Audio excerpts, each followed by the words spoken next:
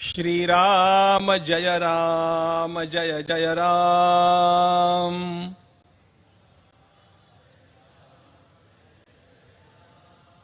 ભૂખ લાગી હોય તો પણ રામ નામથી એ ભાગી જશે.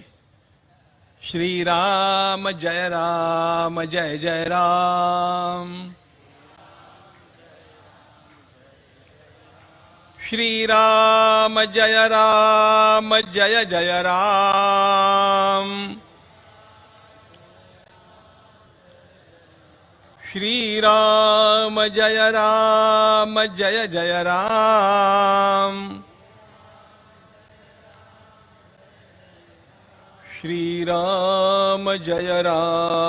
जय जय राम.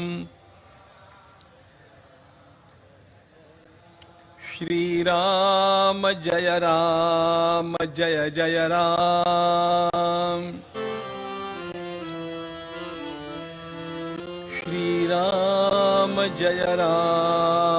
जय जय राम. श्री राम जय जय राम. वर्णानाम् अर्थसंघानां रसानां छन्दसामपि मंगलानांच कर्तारौ वंदे वाणी विनायकौ. नमामि सद्गुरुं शांतं सच्चिदानंद विग्रहं पूर्ण ब्रह्म परानंदम ईशम आनंदी वल्लभम. प्रपन्न पारिजाताय तोत्रवेत्रैकपाणये ज्ञानमुद्राय कृष्णाय गीतामृतदुहे नमः.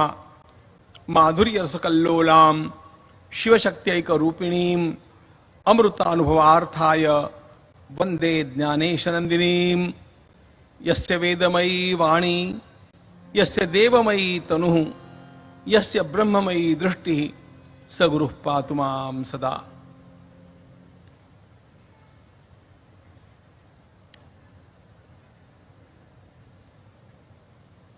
आज इस सभा में उपस्थित होकर के मैं अत्यंत आह्लाद का और समाधान का अनुभव कर रहा हूं.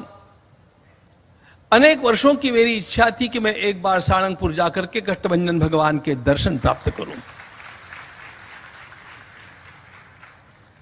मैं विशेष रूप से आभारी हूं ईश्वर भाई का कि उन्होंने पूज्य आचार्य जी की आज्ञा से मुझे बार बार आग्रह करके बुलाया.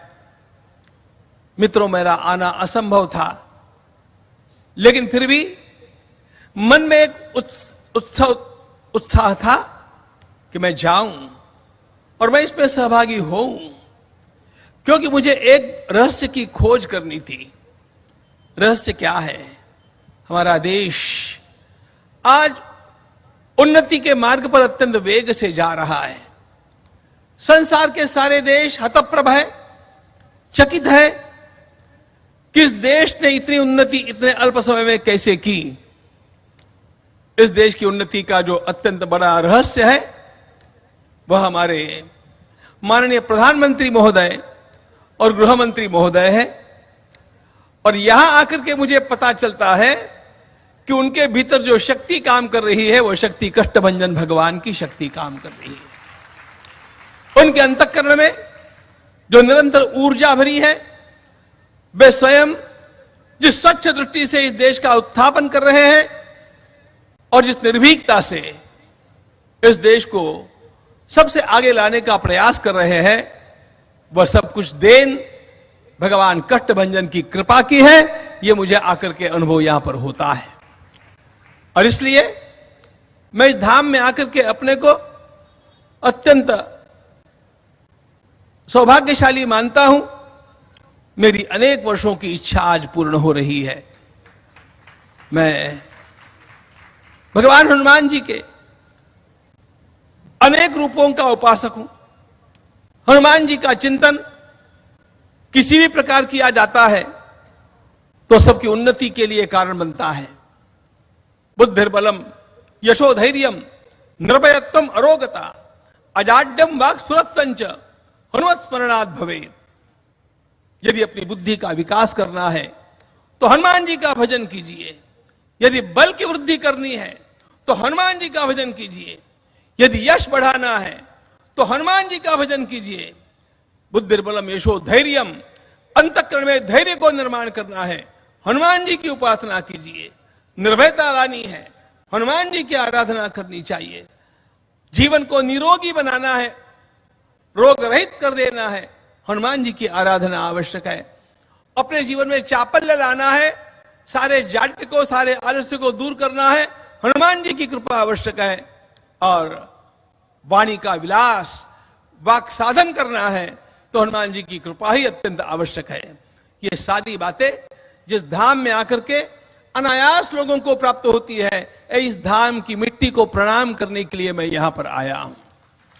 हनुमान जी का यहां का निवास कट्टभंजन देव का, कट्टभंजन देव के स्वरूप का है।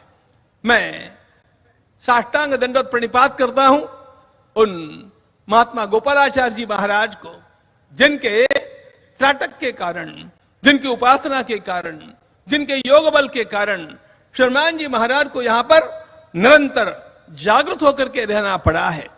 देखो मित्रों, जब भी कोई भगवत शक्ति अवतरित होती है वह किसी न किसी संत के माध्यम से अवतरित होती है, और इसलिए यहां पर यह जो हनुमान जी की शक्ति का जागरण हुआ, हनुमान जी की शक्ति का अवतरण हुआ, हनुमान जी की शक्ति का प्राकट्य हुआ, वह गोपाल देव जी महाराज की, गोपालाचार्य जी महाराज के कारण हुआ है।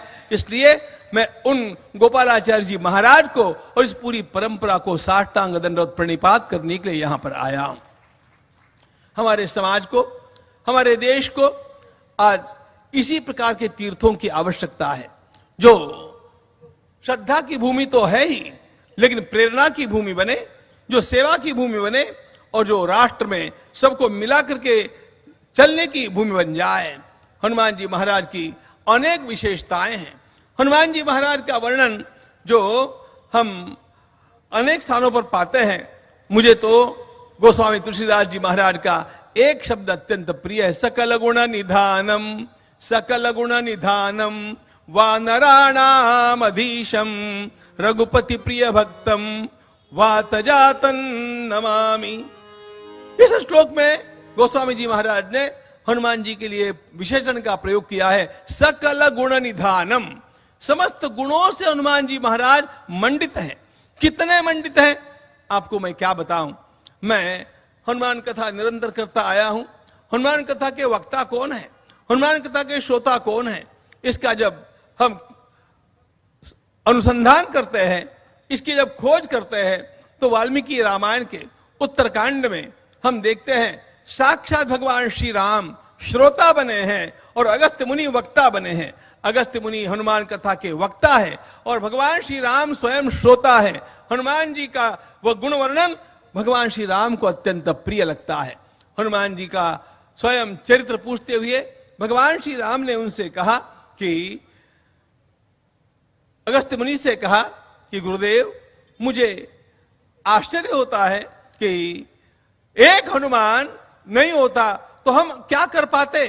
कौन सीता की खोज कर पाता, कौन लक्ष्मण को पुनर्जीवित करता, कौन सागर को लंघित करके और लंका में पहुंचता, और कौन इस प्रकार के अत्यंत दुर्धर काम करके हम लोगों को प्रेरणा निरंतर देते रहता। हम जो है हनुमान जी के कारण है, हम जो है हनुमान जी के कारण है। यह भगवान श्री राम का वचन है, ध्यान रखना। और केवल वहां पर नहीं तो स्वयं राज्याभिषेक के पश्चात भगवान श्री राम ने सब लोगों को कुछ न कुछ बांटा, सबको कुछ न कुछ बांटा, हनुमान जी को कुछ नहीं दिया।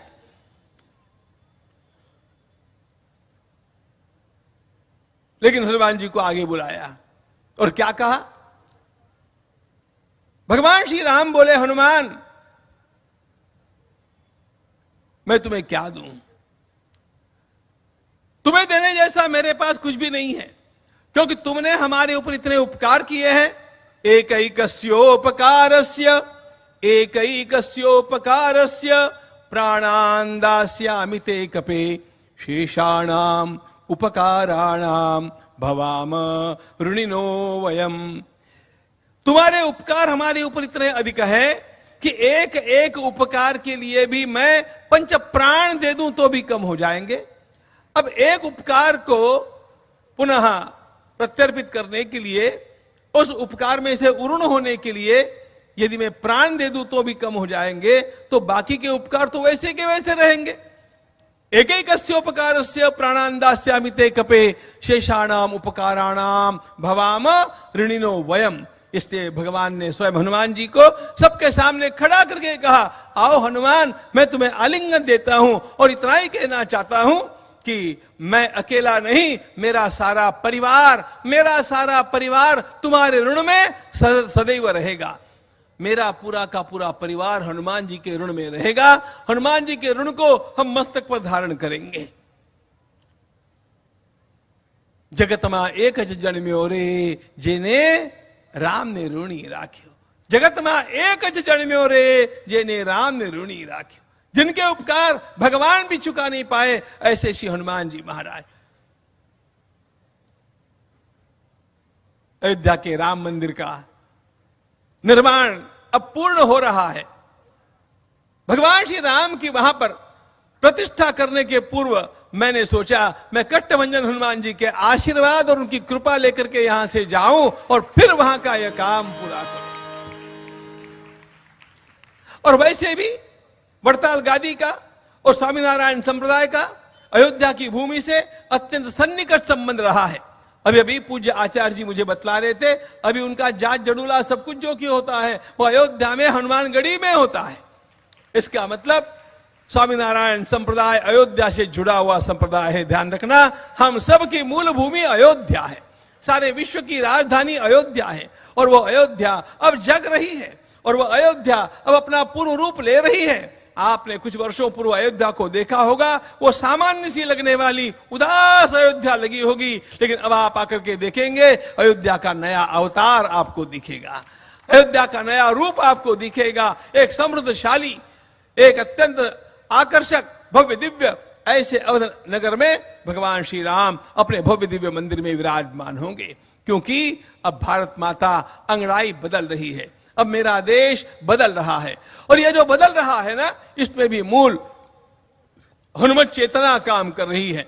हनुमान जी के अनेक गुणों का वर्णन कितना कितना किया जाए, वे सारे के सारे गुण हनुमान जी का जो जो चिंतन करता है उसके भीतर जागृत हो जाते हैं। और वे गुण जब प्रकट होते हैं तब क्या करेंगे पता नहीं चलता है। मित्रों, याद करो उस दिन को, 6 दिसंबर का वह दिन था और वह बाबरी ढांचा ध्वस्त हो गया था। 5 घंटों के अंदर मिलिट्री के कितने लोगों ने मुझसे कहा कि 5 घंटों के अंदर उस ढांचे को खत्म करना और एक ईंट का टुकड़ा भी वहां पर न रहे, इस प्रकार से साफ कर देना मिलिट्री के लिए भी संभव नहीं था। वो काम कार सेवकों ने करके दिखाया। तो पूछा गया कि यह काम कैसे हुआ, और सभी का एक ही मत है कि यह काम हनुमान जी के जागरण से हो गया। हनुमान जी ने करवाया और कोई करवाने वाला नहीं था। वो हनुमत चेतना सबके भीतर घुसी। मित्रों, आप जरा महाभारत की ओर चलिएगा। महाभारत में एक प्रसंग आता है, बर्बरीक पर्वत के ऊपर बैठे हैं, पर्वत के ऊपर उनका मस्तक है और इधर युद्ध के पश्चात अर्जुन कहते हैं कि युद्ध जीतने का श्रेय मेरा है, भीमसेन कहते हैं मेरा है, और नकुल कहते हैं मेरा है, और सब लोग ये कहते हैं मेरा है। भगवान श्री कृष्ण साथ में हैं। भगवान ने कहा चलो अपन जाकर के बर्बरीक से पूछें, क्योंकि हम लोग तो युद्ध कर रहे थे, देखने वाला वो बर्बरीक था, उसको पूछे।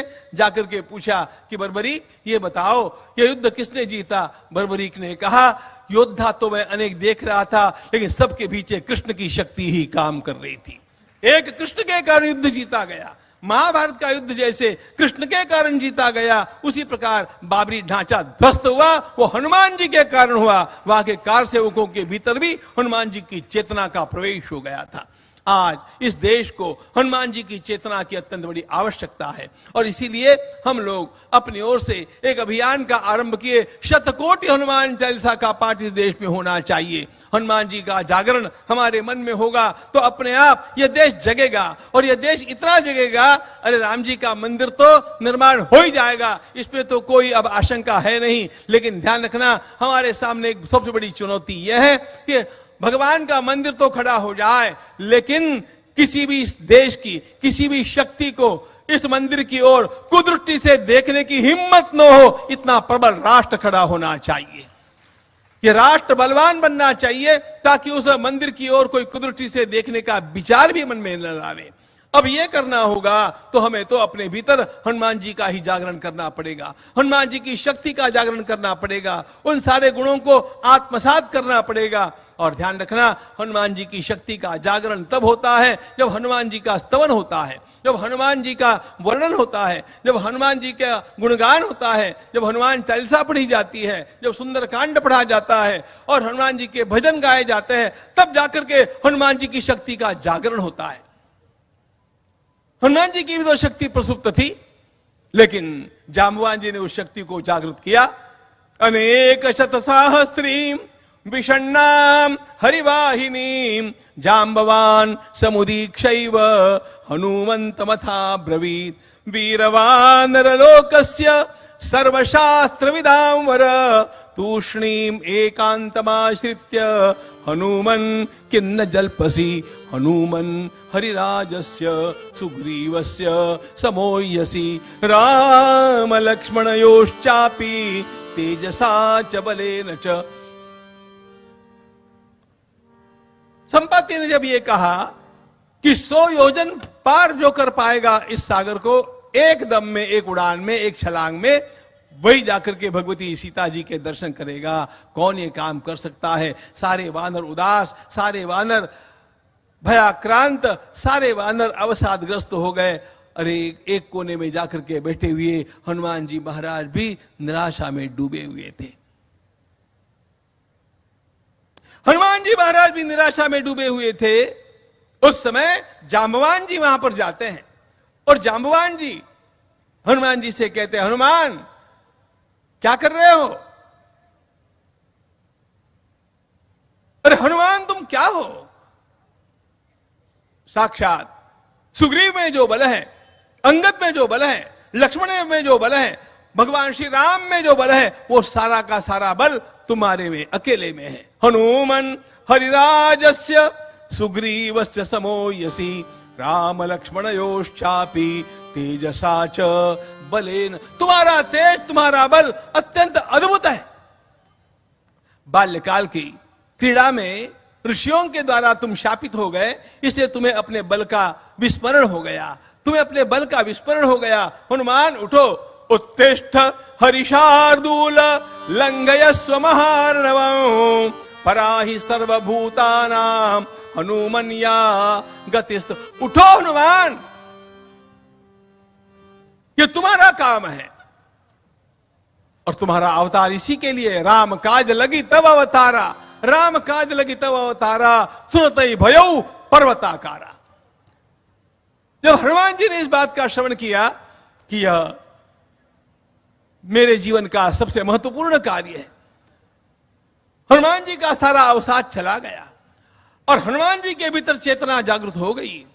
और हनुमान जी के भीतर जगी हुई वह चेतना एकदम से हनुमान जी को उत्साहित करके कहती है, मित्रों डरने की आवश्यकता नहीं है, हम इस काम में सफल होंगे, हम इस काम को पूर्ण करके रहेंगे,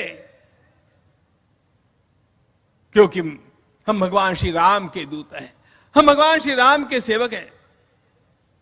दासोहम कौसलेन्द्रस्य रामस्या कृष्णकर्मणः हनुमान शत्रु सैन्यानाम निहंता मारुतात्मजा।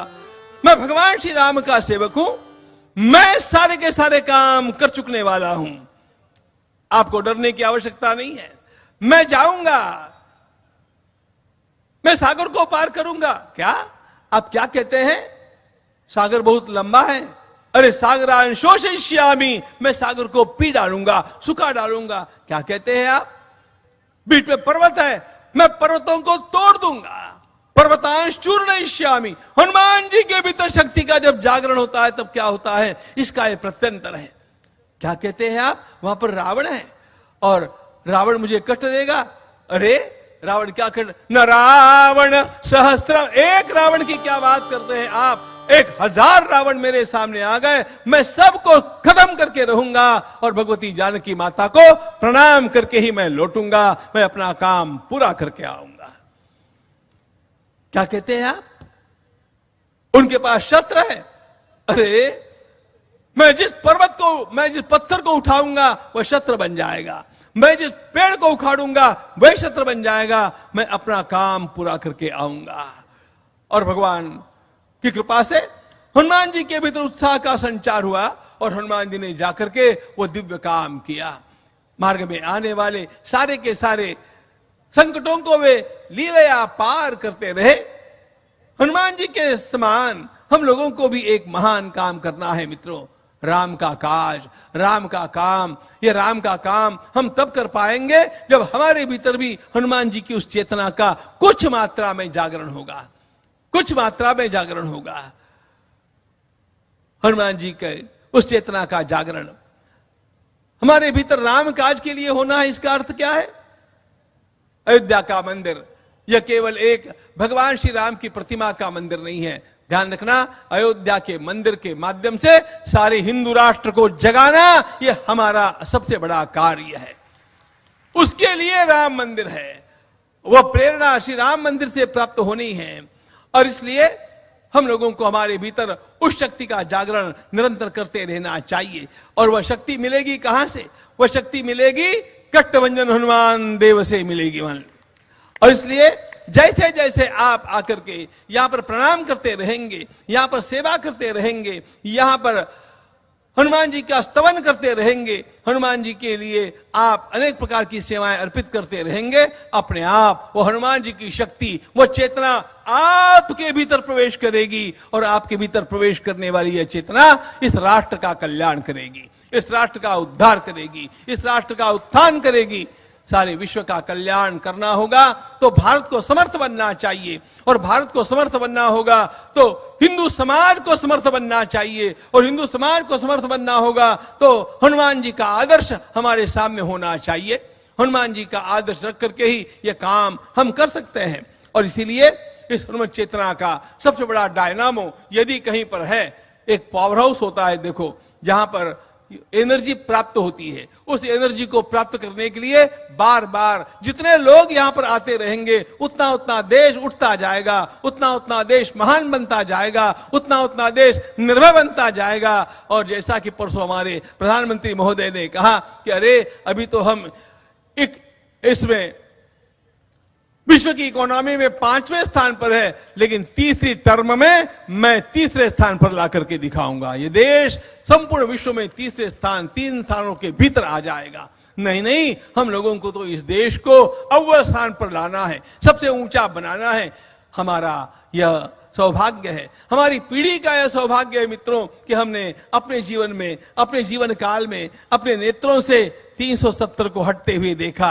हमने स्वयं अपने जीवन काल में इन आंखों से भगवान श्री राम के मंदिर का निर्माण होते हुए देखा। हम अपनी आंखों से हनुमान जी की कृपा से भगवान श्री राम का स्थापना वहां पर होते हुए देखेंगे। हम अपनी इसी आंखों से पीओके को भी भारत में विलीन होता हुआ देखेंगे। यह सारा शक्ति का जागरण विश्व के कल्याण के लिए अत्यंत आवश्यक है। और राम मंदिर के साथ साथ राष्ट्र का यह मंदिर खड़ा होना, यह हमारे अंतःकरण की निरंतर वेदना होनी चाहिए, संवेदना होनी चाहिए। और उसके लिए जो शक्ति अर्जित करनी है, उस शक्ति की प्राप्ति के लिए कट्टभंजन देव के दर्शन और कट्टभंजन देव की सेवा करने के लिए निरंतर यहां पर आते ही रहना चाहिए। आप भी आते रहिएगा, मैं भी आता रहूंगा, क्योंकि यह देश कष्टों में था। इस देश के कष्टों को दूर करने का काम भगवान हनुमान दादा की कृपा से हुआ है। और हम लोगों को ध्यान रखना मित्रों, हमारे सारे मंदिर बचाने हैं, यदि हमारे संप्रदाय बचाने हैं, यदि उपासना पद्धतियां बचानी है, तो हम लोगों को सर्वदा इस देश को सुरक्षित रखना चाहिए। देखो, हमारे देश में अनेक संप्रदाय हैं, संप्रदायों के अंतर्गत भी अनेक छोटे छोटे संप्रदाय हैं। हम लोगों को ध्यान में एक बात लेनी चाहिए, ये सारे संप्रदाय हिंदुत्व के अनेक मुख हैं। आपने वेद में मंत्र सुना है, सहस्र शीर्षा पुरुषा सहस्राक्षः सहस्रपात। उस विराट पुरुष के हजारों मस्तक है, हजारों हाथ है, उसके हाथ हजारों है, उसके मस्तक हजारों है, लेकिन उसका हृदय एक है, और वह हृदय हिंदुत्व है। ध्यान रखना, हमारे सारे के सारे संप्रदायों का हृदय हिंदुत्व है और इसलिए सभी संप्रदाय हमारे हैं, सभी महापुरुष हमारे हैं। हम जहां भी जाएंगे सबकी आराधना करेंगे, सबका सम्मान करेंगे और हम सब मिलकर के आगे बढ़ते रहेंगे। हिंदू का कोई विरोधक नहीं हो सकता है, ध्यान रखना।